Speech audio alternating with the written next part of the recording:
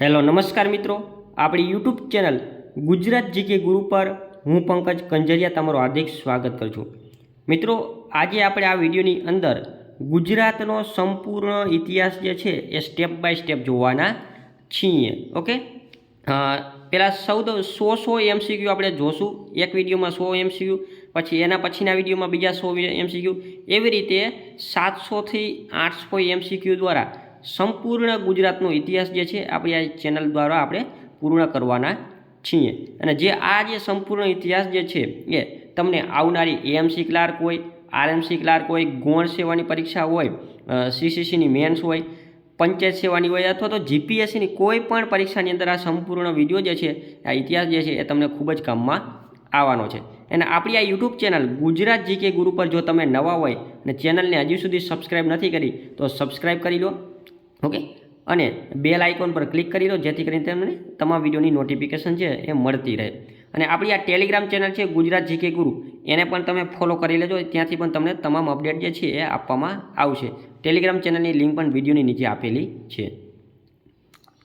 સૌપ્રથમ આપણે step by step જોતા જઈએ તો સૌપ્રથમ આપણું પ્રથમ ચેપ્ટર જે છે સિંધુ ખીણની સંસ્કૃતિ. તો આપણે સ્ટેપ બાય સ્ટેપ જોતા જઈએ. સૌપ્રથમ ક્વેશ્ચન છે કે સિંધુ ખીણની સંસ્કૃતિનો સમયગાળો જણાવો.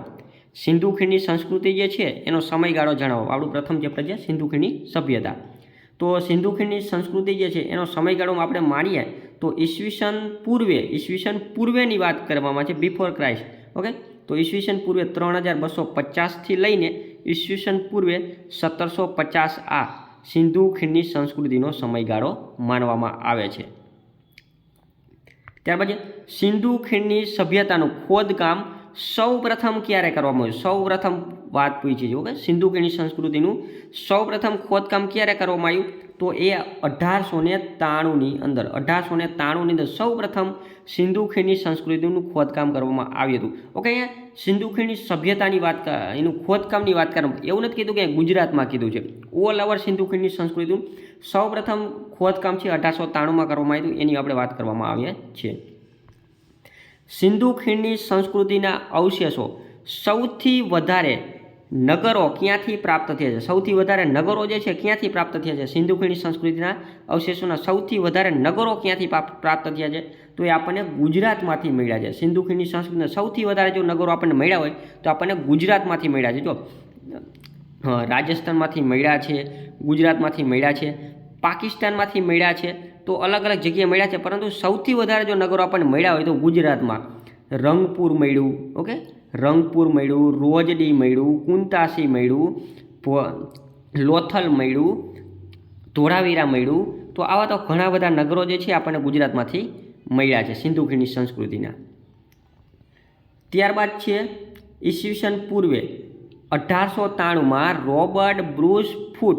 ઓકે, હૂટ નથી પરંતુ રોબર્ટ બ્રુસ ફૂટ છે. રોબર્ટ બ્રુસ ફૂટ નામના સંશોધકે ક્યાંથી પુરાતન પાષાણ યુગના અવશેષો શોધી કાઢ્યા હતા? ઈસવીસન 1893માં રોબર્ટ બ્રુસ ફૂટ નામના સંશોધકે ક્યાંથી પુરાતન પાષાણ યુગના અવશેષો જે છે એ શોધી કાઢ્યા હતા? તો એ છે મહેસાણાના સાબરકાંઠાથી જે પુરાતન પાષાણ યુગના જે અવશેષો જે છે એ શોધી કાઢ્યા હતા 1893ની અંદર. કોને?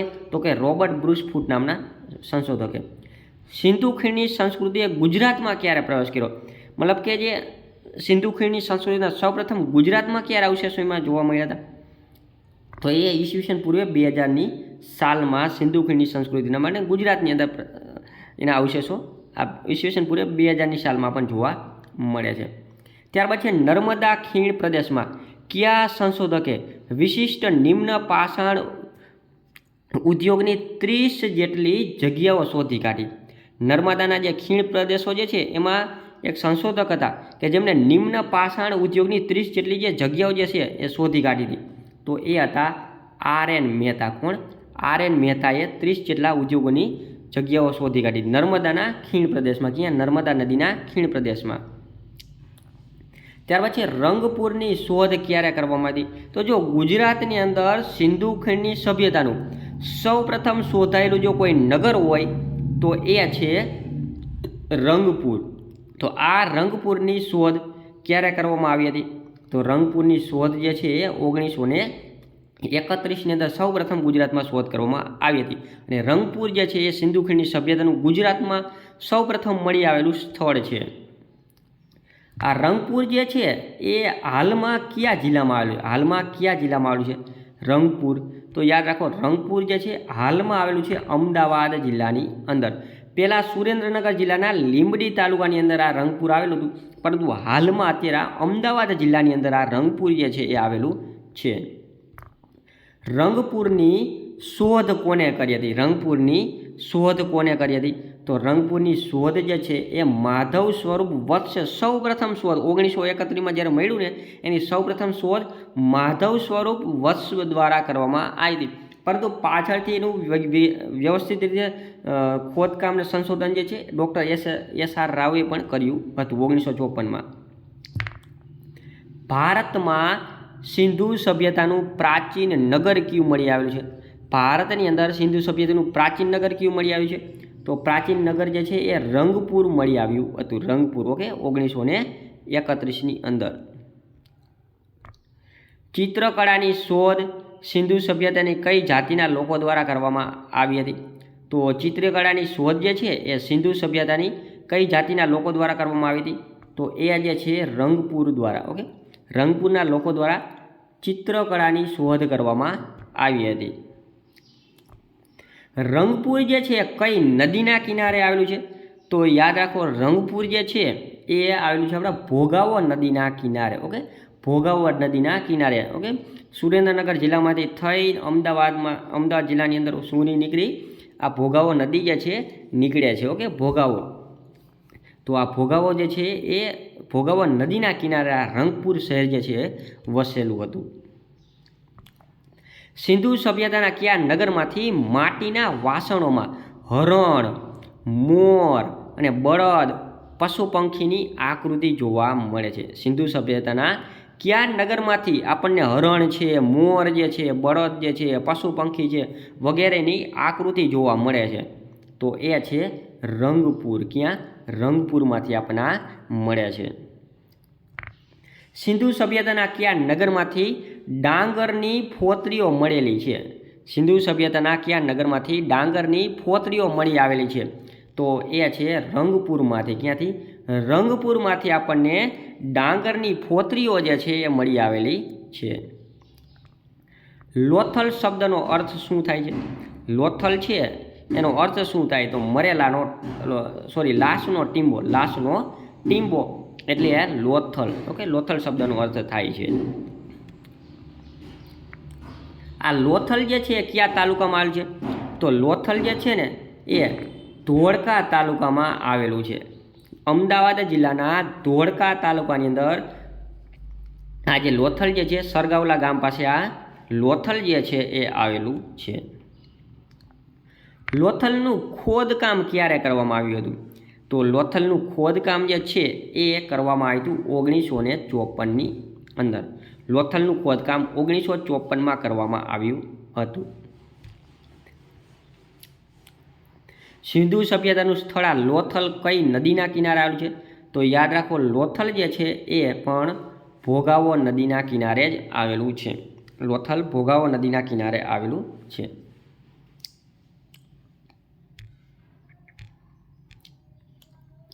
લોથલનું શોધકામ કોને કર્યું હતું? તો યાદ રાખો, લોથલનું શોધકામ જે છે એ કર્યું હતું એસ.આર. રાવ. ડૉક્ટર એસ.આર. રાવ છે એમના દ્વારા લોથલનું શોધકામ કરવામાં આવ્યું હતું. પ્રાચીન સમયમાં સિંધુ સભ્યતાનું કયું મહાન બંદર હતું? તો પ્રાચીન સમયમાં સિંધુ સભ્યતાનું મહાન બંદર જે હતું એ હતું લોથલ. શું હતું? લોથલ. સિંધુ સભ્યતાના કયા સ્થળેથી 64 વખારો ધરાવતું વિશાળ મકાન જે છે એ મળી આવેલું છે? સિંધુ સભ્યતાના કયા સ્થળેથી 64 વખારો ધરાવતું વિશાળ મકાન મળી આવેલું છે? તો એ છે લોથલની અંદરથી સિંધુ સભ્યતાના 64 વખારો ધરાવતું વિશાળ મકાન જે છે આપણને મળી આવેલું છે. જોડિયા કબર સિંધુ સભ્યતાના કયા પ્રાચીન નગરમાંથી મળી આવેલા છે? તો જોડિયા કબર જે છે એ આપણને લોથલ શહેરમાંથી. ક્યાંથી? લોથલમાંથી જોડિયા કબર સિંધુ સભ્યતાના પ્રાચીન નગરમાંથી આપણને મળી આવે છે. જોડિયા કબર મતલબ કે પતિ પત્નીના હોય એવા જે બંનેના જે મરી ગયા હોય મતલબ મૃત થયા હોય તો એમના જે કબરમાં દાટેલા હોય અથવા તો એ સિંધુ સભ્યતાના પ્રાચીન નગરમાંથી આપણને મળી આવેલા છે એવું કહેવામાં આવે છે. અહીંયા સિંધુ સભ્યતાના કયા નગરમાંથી જહાજો લંગરવા માટેની ગોદીઓ પ્રાપ્ત થઈ? જહાજો લંગરવા માટેની ગોદીઓ પ્રાપ્ત થઈ હતી. તો એ છે લોથલમાંથી આપણને જહાજો લાંગરવા માટેની ગોદીઓ જે છે પ્રાપ્ત થઈ હતી. ઓકે, જહાજો લાંગરવા માટે અહીંયા જહાજો દ્વારા વિદેશમાં વેપાર થતો હતો. અનાજ દળવાની ઘંટીની શોધ કોણે કરી હતી? તો અનાજ દળવાની ઘંટી જે છે એની શોધ કરી હતી લોથલની પ્રજાએ. અનાજ દળવા માટેની ઘંટીની શોધ કરી હતી લોથલની પ્રજાએ. સિંધુ સભ્યતાના કયા નગરમાંથી માપ માટેની હાથી દાંતની પટ્ટીઓ, શતરંજની જેવી રમતો તથા મણકા બનાવવાનું કારખાનું મળી આવેલું છે? તો એ છે લોથલમાંથી. ક્યાંથી? લોથલમાંથી આપણે હાથી દાંતની પટ્ટીઓ, શતરંજ એટલે ચેસ જેવી રમતો, મણકા બનાવવાનું કારખાનું વગેરે આપણને સિંધુ ખીણની સભ્યતાના લોથલ શહેરમાંથી આપણને મળી આવેલું છે. હાથી દાંતની પટ્ટીઓ, જેથી કરીને આપણે કંઈ માપ લેવું હોય તો એ હાથીના દાંતની પટ્ટીઓ બનાવવામાં આવતી. આપણે અત્યારે હાલમાં કેમ સ્કેલ બનાવવામાં છે એવી રીતે ફૂટ પટ્ટી જેને કહે છે. દેસલપુર કચ્છ જિલ્લાના કયા તાલુકામાં છે? દેસલપુર. ઓકે, દેસલપુર પણ એક સિંધુ ખીણની સભ્યતાનું સ્થળ છે. તો દેસલપુર કયા જિલ્લામાં આવશે? તો દેસલપુર જે છે એ નખત્રાણા તાલુકામાં આવેલું છે. દેસલપુર છે એ નખત્રાણા તાલુકામાં જ આવેલું છે. સિંધુ સભ્યતાનું સ્થળ દેસલપુરની શોધ ક્યારે થઈ હતી? તો સિંધુ સભ્યતાનું સ્થળ દેસલપુરની શોધ જે છે એ આપણને 1964માં થઈ હતી. 1964માં સિંધુ સભ્યતાનું સ્થળ દેસલપુર જે છે એની શોધ થઈ હતી. સિંધુ સભ્યતાનું સ્થળ દેસલપુરનું ખોદકામ કયા પુરાતત્વવિદે કર્યું હતું? સિંધુ સભ્યતાનું સ્થળ છે દેસલપુર, તો એનું ખોદકામ કયા પુરાતત્વવિદે કર્યું? તો એ પુરાતત્વવિદ હતા પીપી પંડ્યા. કોણ? પીપી પંડ્યા અને એમ.એ. ઢાંક દ્વારા આ બંનેએ દેસલપુરનું ખોદકામ કર્યું હતું. સિંધુ સભ્યતાનું સ્થળ ધોળાવીરા ક્યાં આવેલું, કયા તાલુકામાં છે? તો જો ગુજરાતના અંદર સૌથી મોટામાં મોટું જે સિંધુ ખીણની સભ્યતાનું સ્થળ હોય તો એ છે આ ધોળાવીરા. તો આ ધોળાવીરા કયા તાલુકામાં આવેલું છે? તો આ ધોળાવીરા જે છે ને એ ભચાઉ તાલુકામાં આવેલું. ભચાઉ તાલુકો કચ્છ જિલ્લાના ભચાઉ તાલુકાની અંદર લુણી નદીના કિનારે ખદીર બેટમાં, ક્યાં? ખદીર બેટની અંદર આ ધોળાવીરા જે છે એ આવેલું છે. અને હાલમાં અત્યારે એને વર્લ્ડ હેરિટેજ સાઇટ, વિશ્વ વિરાસત સ્થળની યાદીમાં આ સિંધુ ખીણની સભ્યતાનું સ્થળ ધોળાવીરાનો સમાવેશ કરવામાં આવેલો છે. સિંધુ સભ્યતાનું સ્થળ ધોળાવીરા કઈ નદીના કિનારે આવેલું છે? અત્યારે જ મેં કીધું કે ધોળાવીરા જે છે ને એ લુણી નદીના કિનારે આવેલું છે. ક્યાં આવેલું છે? લુણી નદીના કિનારે અને ખદીર બેટમાં આવેલું છે. ખદીર બેટમાં. ધોળાવીરા નગરની શોધ કોણે કરી હતી? 1967ની અંદર સૌપ્રથમ ધોળાવીરા નગરની શોધ થઈ. તો સૌપ્રથમ શોધ જે છે ને એ R.S. બિસ્ટ દ્વારા કરવામાં આવી. 1967માં R.S. બિસ્ટ દ્વારા આ ધોળાવીરા નગરની શોધ કરવામાં આવી હતી. ધોળાવીરાનું ખોદકામ કયા પુરાતત્વવિદે કર્યું હતું? તો જો સૌપ્રથમ 1967માં એની શોધ કરી ધોળાવીરાની R.S. બિસ્ટ દ્વારા, પરંતુ એને વ્યવસ્થિત રીતે ખોદકામ જે છે ને એ R.S. બિસ્ટ દ્વારા કરવામાં આવ્યું હતું. ઓકે, એનું ખોદકામ પણ એનું ખોદકામ જે છે એ અહીંયા જગતપતિ જોશી આવશે. એનું વ્યવસ્થિત રીતે ખોદકામ જે છે જગતપતિ જોશીએ કર્યું હતું. ભારતમાં વિસ્તારની દ્રષ્ટિએ સિંધુ સભ્યતાનું સૌથી મોટું નગર કયું મળી આવ્યું છે?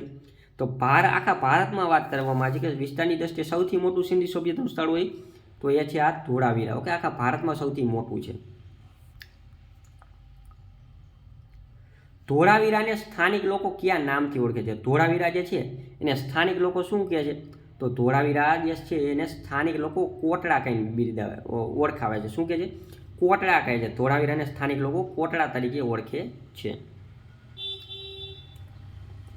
ધોળાવીરાની અંદરથી આપણને જે લિપિ મળી છે એ લિપિ કયા પ્રકારની છે? તો ધોળાવીરાની અંદર જે લિપિ મળી છે આપણને ચિત્રલિપિ મળી છે. કેવી મળી છે? ચિત્રલિપિ આપણને ધોળાવીરામાંથી આપણે જે મળી ચિત્રલિપિ મળી છે. વિશ્વનું સૌથી જૂનું સાઇન બોર્ડ ક્યાંથી મળી આવ્યું છે? તો જો આ ચિત્રલિપિ જે છે ને આપણે હાલમાં અહીંયાથી આપણે વાંચી શકતા નથી એવું કંઈક છે. વિશ્વનું સૌથી જૂનું સાઇન બોર્ડ ક્યાંથી મળી આવેલું છે?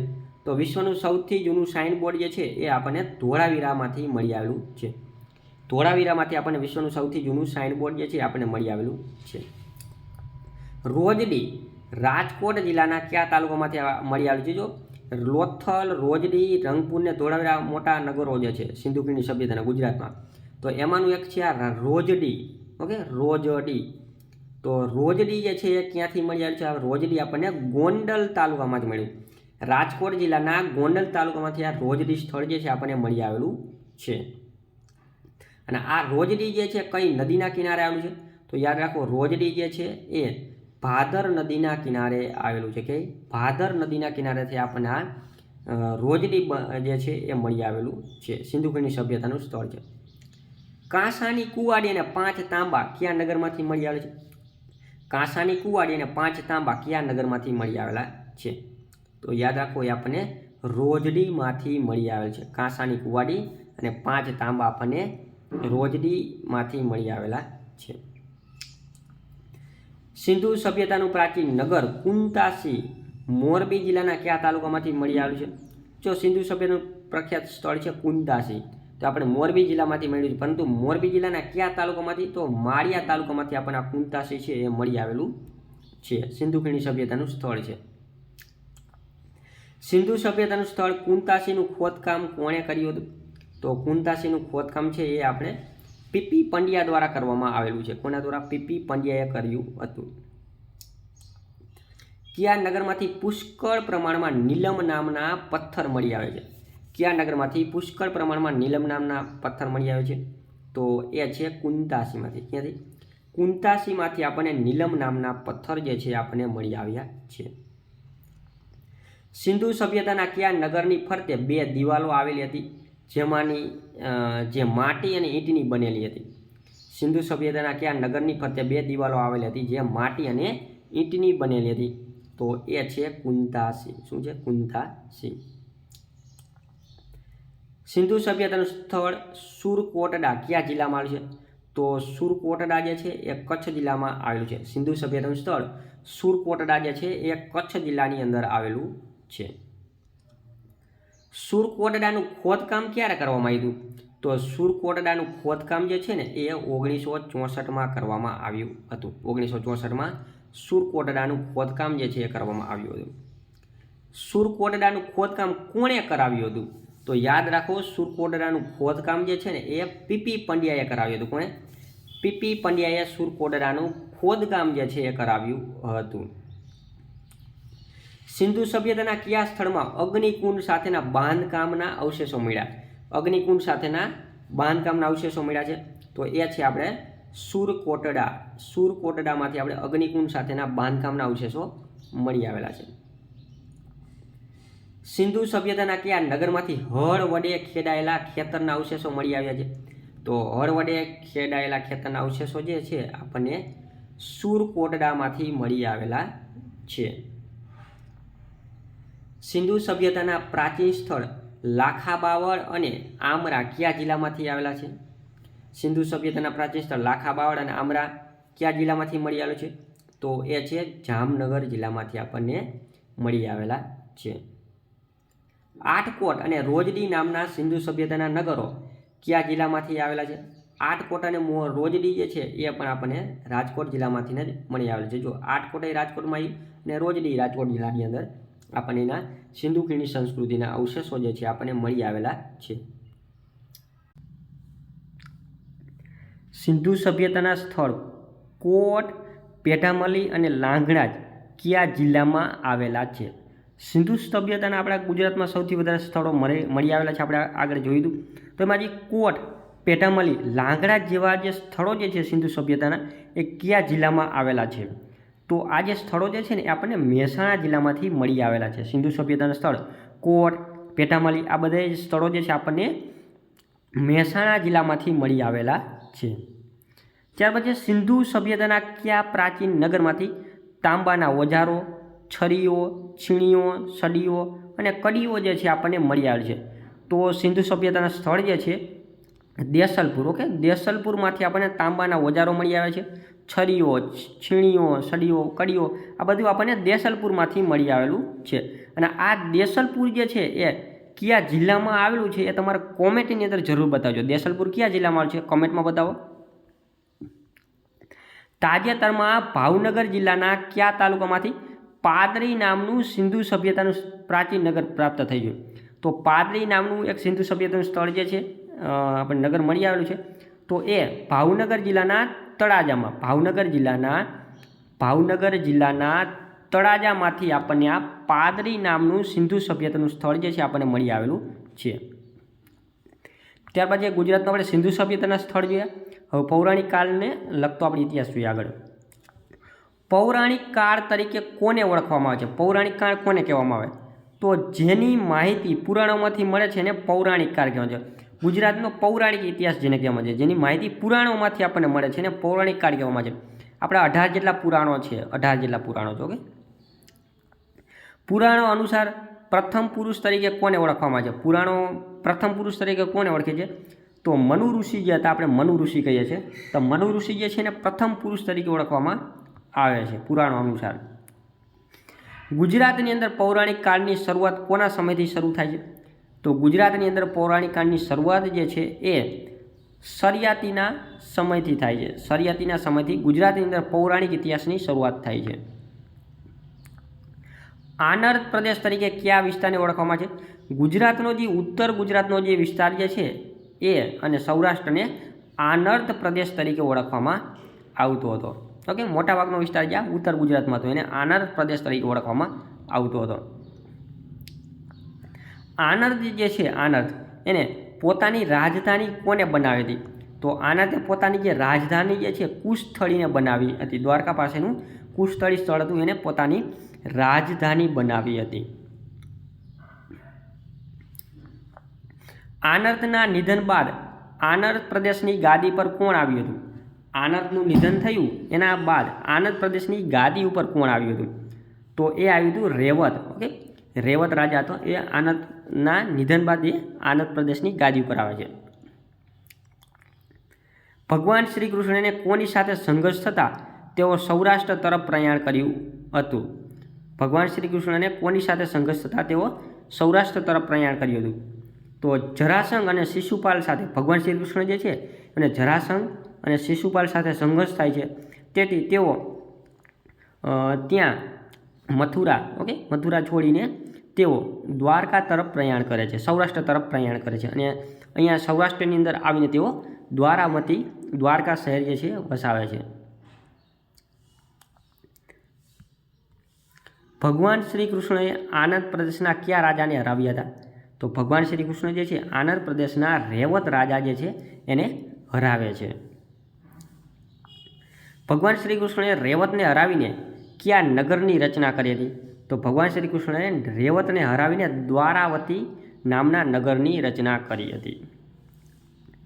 શ્રી કૃષ્ણ કયા વંશના યાદવ હતા? તો શ્રી કૃષ્ણ જે છે સાત્વકુળ વંશના યાદવ હતા ભગવાન શ્રી કૃષ્ણ. મનુથી ગણવામાં આવે તો ભગવાન શ્રી કૃષ્ણ કેટલામાં પુરુષ હતા? તો મનુથી ગણવામાં આવે તો ભગવાન શ્રી કૃષ્ણ જે છે ને 61મા નંબરના પુરુષ હતા. યાદવો અંદરો-અંદર કપાઈ મર્યા તે સ્થળને કયા નામે ઓળખવામાં છે? તો યાદવો અંદરો-અંદર કપાઈને મર્યા ને તે સ્થળને યાદવા સ્થળી કહેવામાં આવે છે. શું કહેવામાં છે? યાદવા સ્થળી તરીકે એને ઓળખવામાં આવે છે.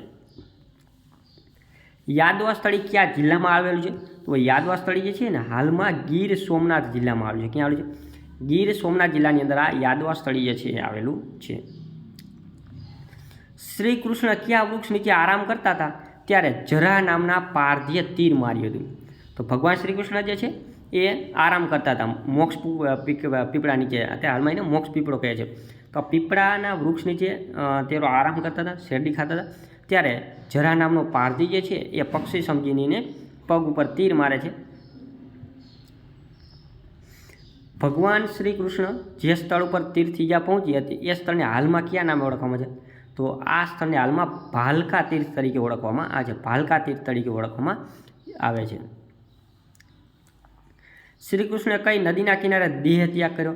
તો ભગવાન શ્રી કૃષ્ણ છે એને હિરણ, કપિલા અને સરસ્વતી આ ત્રણેય નદીનો જે સંગમ થાય છે ત્યાં પોતે પોતાનો દેહ ત્યાગ કર્યો હતો. એને દેહોત્સર્ગ તરીકે ઓળખવામાં આવે છે. તાજેતરમાં ભગવાન શ્રી કૃષ્ણે દેહ ત્યાગ કર્યો હતો એ સ્થળને ગુજરાત પ્રવાસન વિભાગ દ્વારા કયું નામ આપવામાં આવ્યું છે? તો એને ગોલક ધામ તરીકે ઓળખવામાં છે. જે ભગવાન શ્રી કૃષ્ણએ દેહ ત્યાગ કર્યો હતો દેહોત્સર્ગ, તેને ગોલક ધામ તરીકે ઓળખવામાં આવે છે. શ્રી કૃષ્ણના મોટા ભાઈ બલરામના લગ્ન કોની સાથે થયા હતા? તો ભગવાન શ્રી કૃષ્ણના મોટા ભાઈ બલરામના લગ્ન જે છે એ રેવતી સાથે, ઓકે, રેવતની પુત્રી રેવતી સાથે તેના લગ્ન થયા હતા. હવે આપણે જોઈએ મૌર્ય કાળ. ઓકે, ગુજરાતનો ઇતિહાસ મૌર્ય કાળથી શરૂઆત થાય છે. ઈસવીસન પૂર્વે 72. ઓકે, મૌર્ય સામ્રાજ્યનો સમયગાળો કયો હતો? ઓકે, ક્વેશ્ચન નંબર 72 છે કે મૌર્ય સામ્રાજ્યનો સમયગાળો કયો માનવામાં આવે છે? તો મૌર્ય સામ્રાજ્યનો જે સમયગાળો છે ઈસવીસન પૂર્વે 321થી લઈને ઈસવીસન પૂર્વે 185 વચ્ચેનો સમયગાળો જે છે એ મૌર્ય સામ્રાજ્યનો સમયગાળો માનવામાં આવે છે. મૌર્ય સામ્રાજ્યનું સ્થાપકનું નામ, મૌર્ય સામ્રાજ્યની સ્થાપના કોણે કરી હતી? તો ચંદ્રગુપ્ત મૌર્ય જે છે એમને ચંદ્રગુપ્ત મૌર્ય જે છે એમને ચાણક્યની મદદથી નંદગુપ્તના ધનાંજયને હરાવીને મૌર્ય સામ્રાજ્યની સ્થાપના કરે છે. ચંદ્રગુપ્ત મૌર્ય. ચંદ્રગુપ્ત મૌર્યની રાજધાનીનું નામ જણાવો. તો ચંદ્રગુપ્ત મૌર્યની રાજધાની હતી એનું નામ હતું પાટલીપુત્ર. શું નામ હતું? પાટલીપુત્ર ચંદ્રગુપ્ત મૌર્યની રાજધાનીનું નામ છે. ગુજરાતમાં મૌર્ય સામ્રાજ્યને કયા યુગ તરીકે ઓળખવામાં છે? તો ગુજરાતમાં મૌર્ય સામ્રાજ્ય છે એને કયા યુગ તરીકે ઓળખવામાં છે? એને દસ્તાવેજ યુગ તરીકે ઓળખવામાં છે. દસ્તાવેજ યુગ મતલબ એમાં આપણને કાયદેસર દસ્તાવેજી પુરાવા મળે છે મૌર્ય સામ્રાજ્યના. ચંદ્રગુપ્ત મૌર્ય તેના સુબા તરીકે કોની નિમણૂક કરે છે? ચંદ્રગુપ્ત મૌર્ય જે છે એના સુબા તરીકે પુષ્યગુપ્ત વૈશ્યની નિમણૂક કરે છે. ચંદ્રગુપ્ત મૌર્ય તેના સુબા તરીકે ગુજરાતની અંદર પુષ્યગુપ્ત વૈશ્ય જે છે એમની નિમણૂક કરે છે સૌરાષ્ટ્રના સુબા તરીકે. પુષ્યગુપ્ત સૌરાષ્ટ્રના કયા નગરને પોતાની રાજધાની બનાવે છે? તો ઉજ્જૈન એટલે કે હાલનું આ ગિરનાર જે છે જુનાગઢ એને પુષ્યગુપ્ત સૌરાષ્ટ્રના નગરને પોતાની રાજધાની બનાવે છે અને સુબા તરીકે પુષ્યગુપ્ત વૈશ્યની નિમણૂક કરે છે. પુષ્યગુપ્તે જુનાગઢ પ્રદેશમાં ખેતીની સિંચાઈ પૂરી પાડવા માટે કયા તળાવની રચના કરાવી હતી? તો એમને સુદર્શન તળાવની રચના કરાવી હતી અને એને ઉપર બંધ બાંધ્યો હતો અને જે આખા સમગ્ર ભારતનો પ્રથમ બંધ માનવામાં આવે છે. સુદર્શન તળાવ ઉપર જેને બંધ બાંધ્યો હતો એ નદી ઉપર. ઓકે, અને એના દ્વારા સુદર્શન તળાવની રચના થઈ હતી. તો એ સૌ પ્રથમ બંધ માનવામાં આવે છે અને પુષ્યગુપ્તે જ આ જૂનાગઢ પ્રદેશની અંદર ખેતીની સિંચાઈ પૂરી પાડવા માટે આ તળાવની રચના કરાવી હતી. સુદર્શન તળાવ કઈ નદી પર બાંધવામાં આવ્યું હતું? તો એ સુદર્શન તળાવ જે છે એ સુવર્ણસિક્તા નદી ઉપર બાંધવામાં આવ્યું. સુવર્ણસિક્તા નદી ઉપર આ સુદર્શન બંધ બાંધીને સુદર્શન તળાવની રચના કરવામાં આવી હતી. ચંદ્રગુપ્ત મૌર્ય બાદ મૌર્ય વંશની ગાદી ઉપર કોણ આવ્યું? તો ચંદ્રગુપ્તની મૌર્ય બાદ મૌર્ય વંશની ગાદી ઉપર આવ્યું બિંદુસાર. કોણ આવ્યું હતું? બિંદુસાર જે છે ચંદ્રગુપ્ત મૌર્ય બાદ મૌર્ય વંશની ગાદી ઉપર બિંદુસાર આવે છે. મૌર્ય વંશના કયા રાજાના સમયમાં ગુજરાત મગધનું ખંડિયું રાજ્ય બની ગયું? તો બિંદુસારના સમયમાં જ ગુજરાત મગધનું ખંડિયું રાજ્ય બની ગયું હતું. સમ્રાટ અશોકે પોતાના સુબા તરીકે કોની નિમણૂક કરી હતી? તો તુષારપ જે છે તુષારપ એમને સમ્રાટ અશોકે પોતાના સુબા તરીકે કોની નિમણૂક કરી? તો તુષારપે પોતાના સુબા તરીકે નિમણૂક કરી હતી. કલિંગનું યુદ્ધ ક્યારે થયું? તો કલિંગનું યુદ્ધ સમ્રાટ અશોક માટે ખૂબ જાણીતું છે. તો કલિંગનું યુદ્ધ જે છે ઈસવીસન પૂર્વે 261માં થયું હતું. કલિંગનું યુદ્ધ. કયા યુદ્ધ દરમિયાન સમ્રાટ અશોકનું હૃદય પરિવર્તન થયું? તો આ કલિંગના યુદ્ધથી જ સમ્રાટ અશોક જે છે એમનું હૃદય પરિવર્તન થયું હતું. કલિંગના યુદ્ધ દરમિયાન અશોકનું હૃદય પરિવર્તન થતાં એમણે કયો ધર્મ અંગીકાર કર્યો? તો સમ્રાટ અશોક દ્વારા કલિંગનું યુદ્ધ કરવામાં આવે છે. ઓડિશા રાજ્યની અંદર આ કલિંગ આવેલું છે હાલમાં. ઓકે, તો એમને ઘણા બધા નરસંહાર ટૂંકમાં ઘણા બધા લોકો જે છે એમનો મૃતદેહો જોયા અને એનાથી એમને હૃદય પરિવર્તન થાય છે અને એ પોતે બૌદ્ધ ધર્મ જે છે એ અંગીકાર કરી લે છે. સમ્રાટ અશોકના ભારતમાં કુલ કેટલા શિલાલેખો આવેલા છે? તો સમ્રાટ અશોકના ટોટલ 14 જેટલા શિલાલેખો આવેલા છે. 14 જેટલા શિલાલેખો આવેલા છે. ગુજરાતમાં સમ્રાટ અશોકનો શિલાલેખ ક્યાં આવેલો છે? તો ગુજરાતમાં સમ્રાટ અશોકનો શિલાલેખ જે છે એ જુનાગઢ ખાતે દામોદર કુંડ પાસે, જુનાગઢની અંદર દામોદર કુંડ પાસે આ સમ્રાટ અશોકનો શિલાલેખ જે છે એ આવેલો છે. અશોકનો શિલાલેખ જે છે એ કઈ લિપિમાં લખાયેલો છે? તો અશોકનો શિલાલેખ જે છે એ બ્રાહ્મી લિપિમાં લખાયેલો છે. કઈ? બ્રાહ્મી લિપિની અંદર સમ્રાટ અશોકનો શિલાલેખ જે છે એ બ્રાહ્મી લિપિમાં લખાયેલો છે. અશોકના શિલાલેખની શોધ કોણે કરી હતી? સમ્રાટ અશોકના શિલાલેખની શોધ કોણે કરી હતી? તો એ હતા કર્નલ ટોડ. કોણ? કર્નલ ટોડે સમ્રાટ અશોકના શિલાલેખની શોધ કરી હતી. કર્નલ ટોડે. અશોકનો શિલાલેખ વાંચવામાં સૌપ્રથમ કોને સફળતા મળી? તો જો સૌપ્રથમ કર્નલ ટોડ જે છે એમને અશોકનો શિલાલેખ શોધ્યો અને જેમ્સ અહીંયા જેમ્સ પ્રિન્સપ હશે. જેમ્સ પ્રિન્સપે સૌપ્રથમ એની લિપિ શોધી હતી. જેમ્સ પ્રિન્સપ આવશે અહીંયા જવાબ. અહીંયા જે શોધ કર્નલ ટોડે કરી હતી પરંતુ એની જે સૌપ્રથમ વાંચવામાં સફળતા મતલબ એની લિપિ જે છે એ આ જેમ્સ પ્રિન્સપે શોધી હતી. અહીંયા થોડીક મિસ્ટેક છે. ઓકે. સૌરાષ્ટ્રમાં અશોકના કયા પૌત્રનું શાસન હતું? તો સૌરાષ્ટ્રની અંદર અશોકના પૌત્ર હતા સંપ્રતિનું શાસન હતું. ગુજરાતની અંદર. મૌર્ય સામ્રાજ્યના અંતિમ શાસકનું નામ જણાવો. તો ચંદ્રગુપ્ત મૌર્ય જે છે એ મૌર્ય સામ્રાજ્યની સ્થાપના કરે છે અને એમના અંતિમ શાસક ઓકે છેલ્લા રાજા હતા બૃહદત્ત. ઓકે. બૃહદત્ત જે છે એ મૌર્ય સામ્રાજ્યના છેલ્લા રાજા હતા ઈસવીસન પૂર્વ 185માં. ત્યારબાદ આ મૌર્ય સામ્રાજ્યનું પતન થાય છે. મૌર્ય સામ્રાજ્યના પતન બાદ કયા વંશનું શાસન આવ્યું હતું? તો મૌર્ય સામ્રાજ્યના પતન બાદ સત્રપ યુગનું શાસન આવ્યું હતું. કેનું? સત્રપ યુગનું શાસન આવે છે ગુજરાતની અંદર. મૌર્ય યુગ પૂરો થયો. હવે જોઈએ આગળ શક-સત્રપ યુગ. શક-સત્રપ યુગ. શક-સત્રપ કઝાકસ્તાનમાં કઈ નદીના કિનારે વસવાટ કરતા હતા? તો સત્રપો જે છે એ કઝાકિસ્તાનની અંદર સિદિરિયા નામની નદી જે છે ત્યાં વસવાટ કરતા હતા. શક-સત્રપો મૂળ કયા વંશના હતા? તો શક-સત્રપો જે છે એ કાર્દમક વંશના મૂળ હતા. ઓકે. શક-સત્રપોનો કયા રાજાને મહાસત્રપ તરીકે ઓળખવામાં છે? તો એ હતા રુદ્રદામા. કોણ? રુદ્રદામા જે છે શક-સત્રપોને રાજા જે છે એ રુદ્રદામા જે છે સત્રપ તરીકે ઓળખવામાં આવતા હતા. રુદ્રદામાની રાજધાની જણાવો. તો રુદ્રદામાની જે રાજધાની પહેલાં ઉજ્જૈન હતી. ઉજ્જૈન. રુદ્રદામાએ સૌરાષ્ટ્રના સુબા તરીકે કોની નિમણૂક કરી હતી? તો રુદ્રદામાએ સૌરાષ્ટ્રના સુબા તરીકે સુવિશાખની નિમણૂક કરી હતી. સુદર્શન તળાવનું સમારકામ એક પણ કર લીધા વગર કોને કરાવ્યું હતું? તો સુદર્શન તળાવનું સમારકામ એક પણ કર લીધા વગર સુવિશાખે કરાવ્યું હતું. કોને? સુવિશાખે કરાવ્યું હતું. સત્રવંશનો અંતિમ રાજા કોણ હતો? તો સત્રવંશનો અંતિમ રાજા હતો રુદ્રસિંહ ત્રીજો. રુદ્રસિંહ ત્રીજો. હવે પછીના ક્વેશ્ચન 101 નંબરનાથી આગળના વિડીયોની અંદર આપણે જોશું.